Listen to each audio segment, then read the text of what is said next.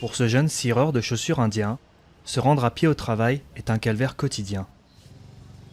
Il a contracté la polio alors qu'il était bébé et vit depuis avec un corps difforme. L'adolescent de 14 ans travaille dans les rues de New Delhi depuis 5 ans, forcé par ses parents à gagner sa vie. Je voulais faire des études, mais mes parents devaient payer les dettes engendrées par leurs nombreuses visites au temple et les offrandes pour essayer de me guérir.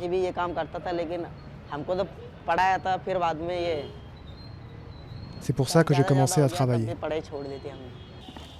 Maladie virale de la moelle épinière, la poliomyélite peut causer la paralysie ou entraîner la mort. À travers le pays, les survivants sont forcés à vivre en marge de la société. Sans aucune aide, ils s'appuient sur leur famille ou des associations caritatives. Et même si l'Inde célèbre cette année l'éradication de la maladie, beaucoup de militants craignent que les millions de personnes qui souffrent toujours de ces séquelles tombent dans l'oubli.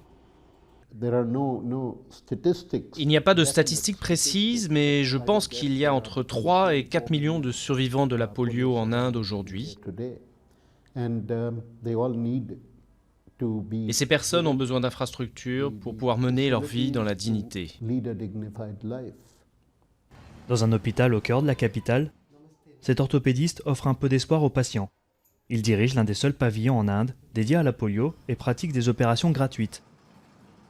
Ce jeune garçon de 14 ans a passé la majeure partie de sa vie à ramper au sol. Mais après l'intervention, il devrait être capable de se tenir debout. Selon ce médecin, l'éradication de la maladie dans le pays est une avancée considérable. Mais il s'inquiète pour l'avenir, maintenant que la polio n'est plus au centre des préoccupations. Les nouveaux chirurgiens qui finissent leurs études ne savent plus opérer des patients atteints de polio. C'est l'ancienne génération qui a les compétences. Il a fallu pratiquement 20 ans à l'Inde pour éradiquer la polio, grâce à un vaste programme de vaccination. Mais pendant de nombreuses années, les millions de personnes affectées par la maladie devront continuer à vivre, avec de lourdes séquelles.